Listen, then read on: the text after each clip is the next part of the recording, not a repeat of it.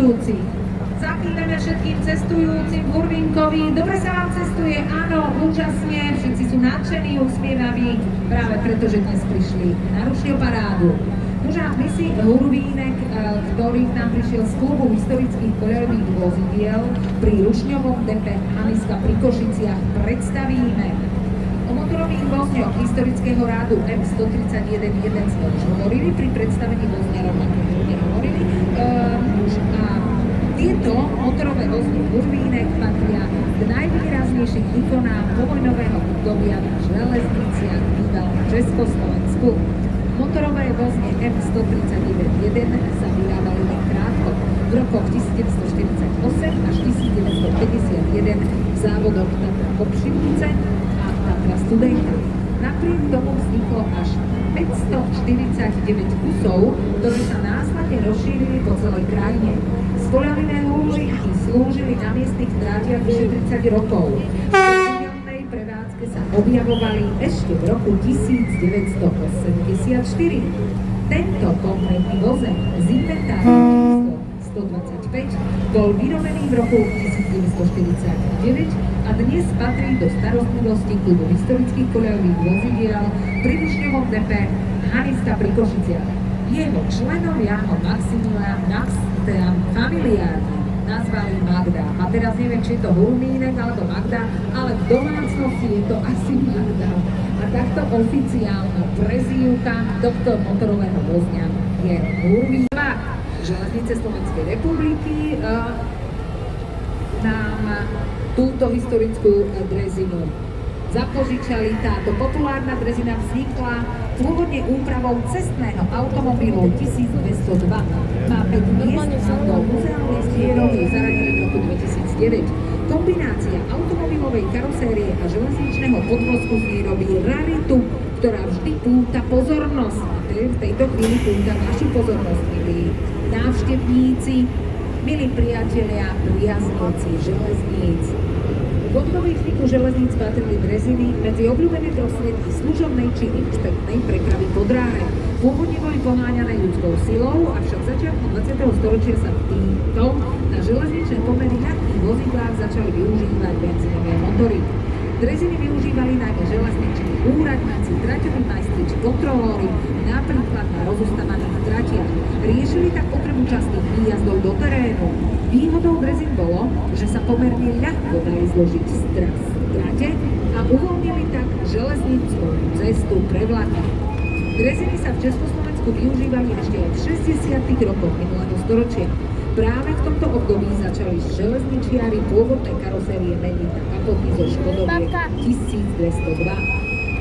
Avšak z dôvodu vyššej bezpečnosti boli postupne stiahnuté z prevádzky.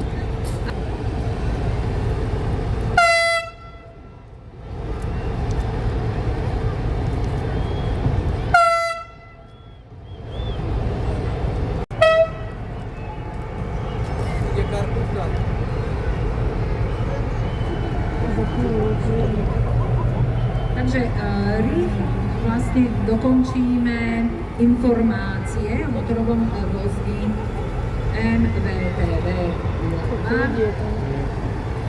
Na streche vozňa sa nachádza prehliadková kabína, z ktorej zamestnanec počas jazdy pomalou rýchlosťou vizuálne kontroluje stav kolejového vedenia.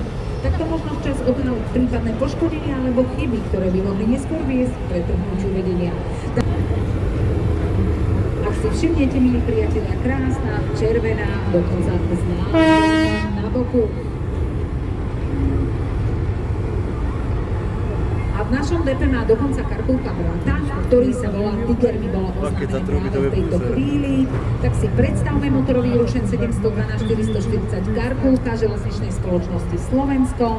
Tento rušen vznikol rekonštrukciou staršieho typu 710, z ktorého sa zachovali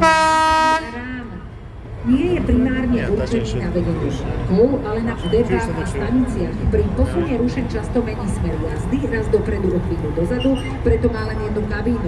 Rušňovodič má pri jazde oboma smermi vždy dobrý výhľad a nemusí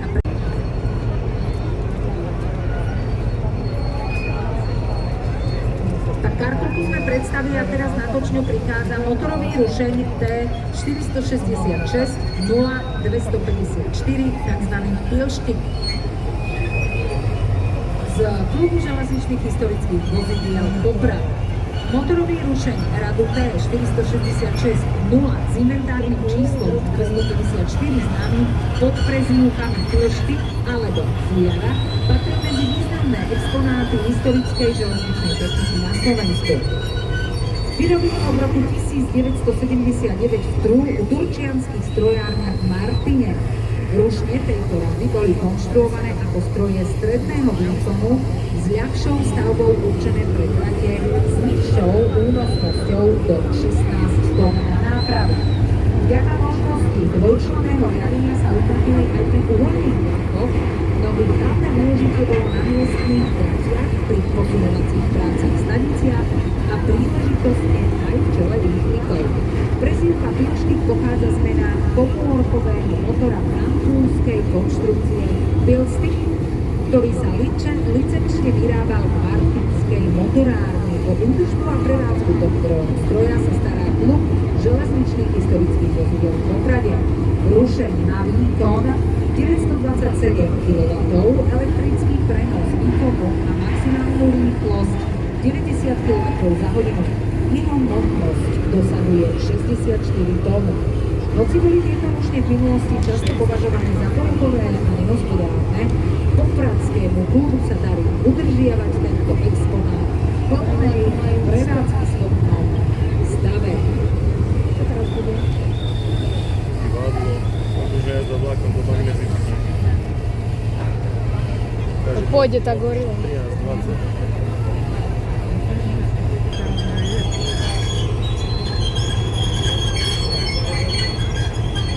No a my tými priatelia, ktorí tak sledujete tú točňu, ako pekne vlastne ide od koľaje do koľají, tak snáď ste si všimli aj tento žeriav, ktorý je medzi rušňami. Tak si ho prichádza tento pán rušeň, nám zapožičali na rušne parádu a v podstate gorila je za nami, je presne za pódium. Ak sa rovno otočíte, tak v podstate ako keby teda karkulka na ňom mierila. Je to ten sivý elektrický rušeň gorila, ktorý vám takisto chceme predstaviť.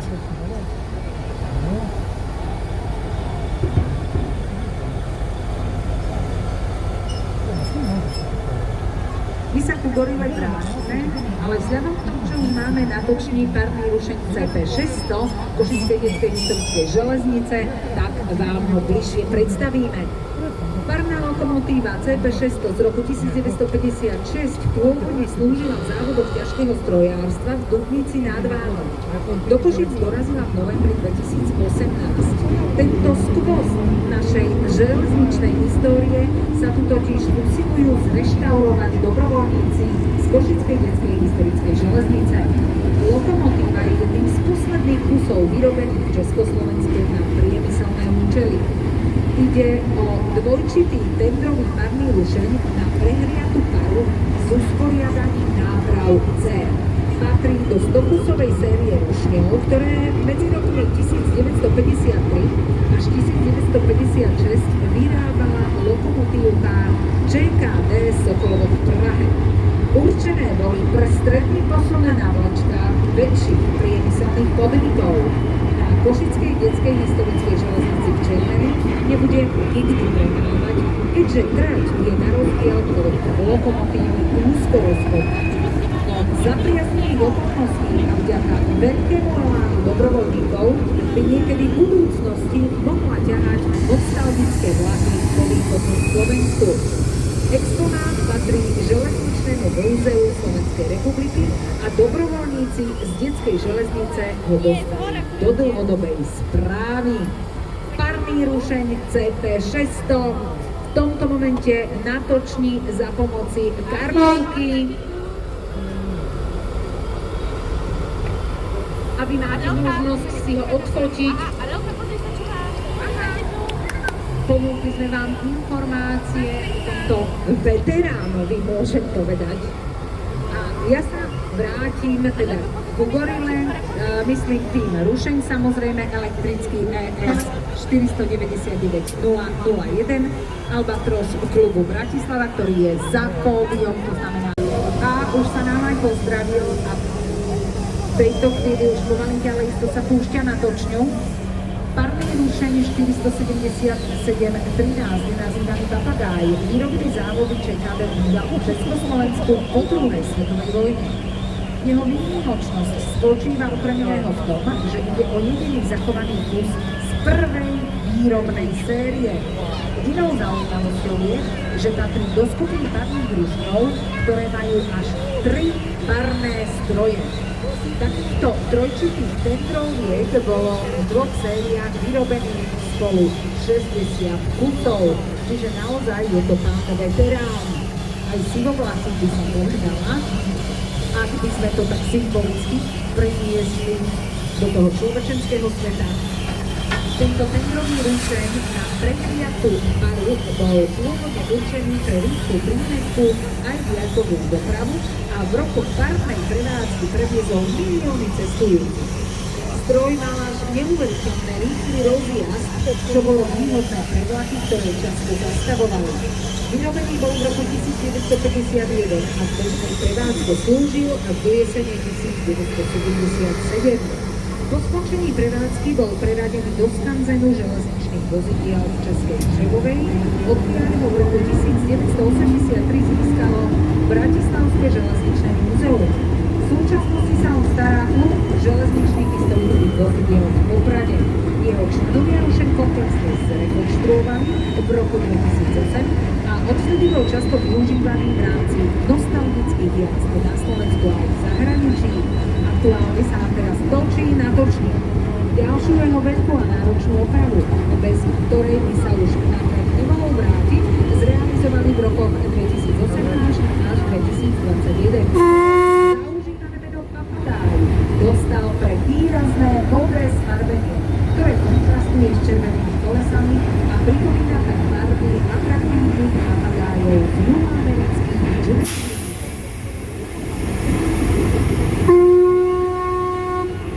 Tak sa nám aj zdraví tento papagáj, milí priatelia, naozaj majestátny Rušeň.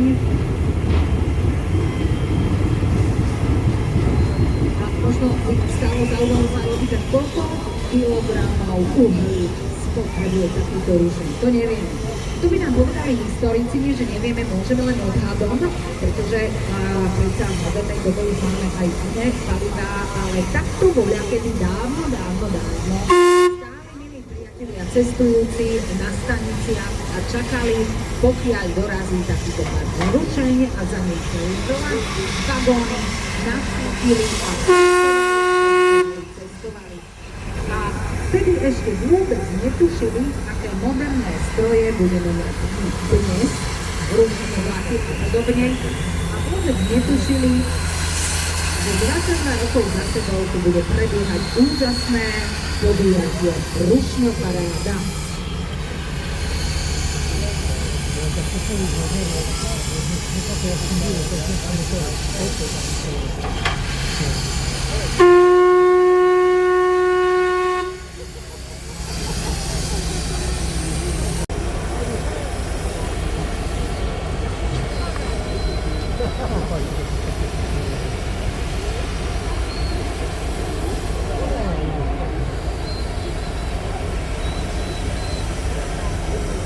Takže parný Rušeň 434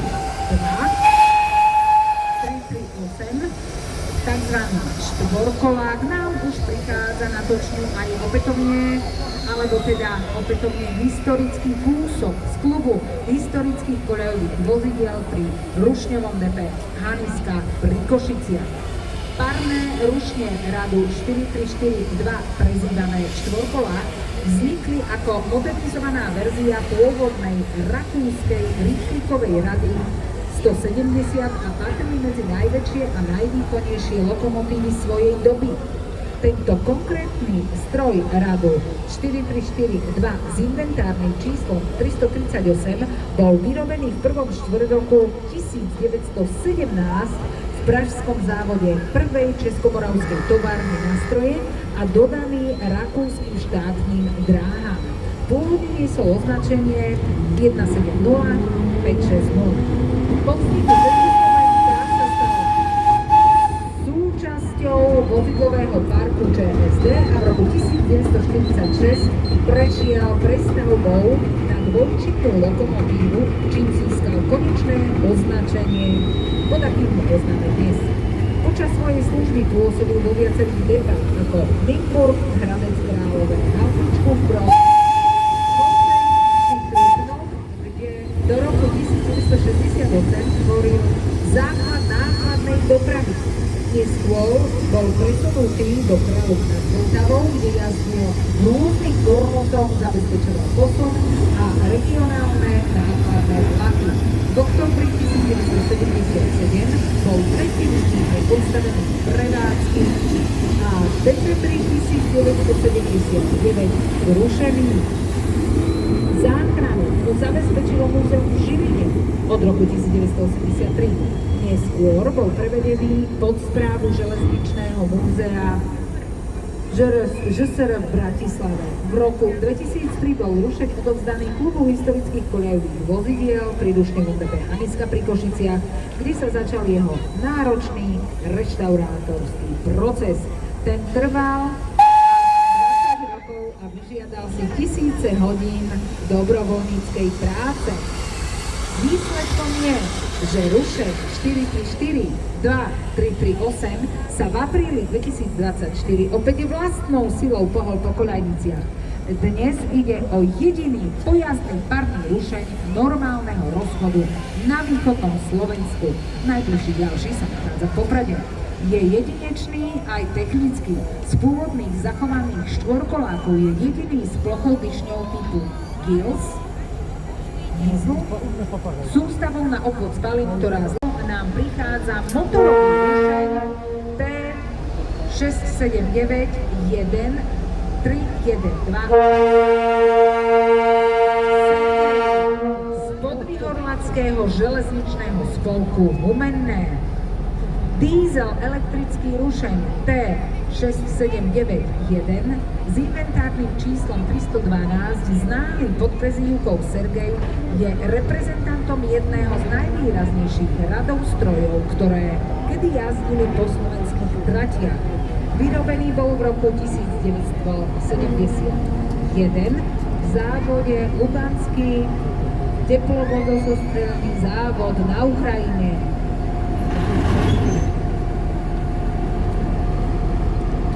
Vtedy ešte súčasť Sovietskeho zväzu. Vyšlo o súčasť masovej série sovietskej výroby, ktorú československé štátne dráhy prevzali a označili pod označením T6791, dnes 781.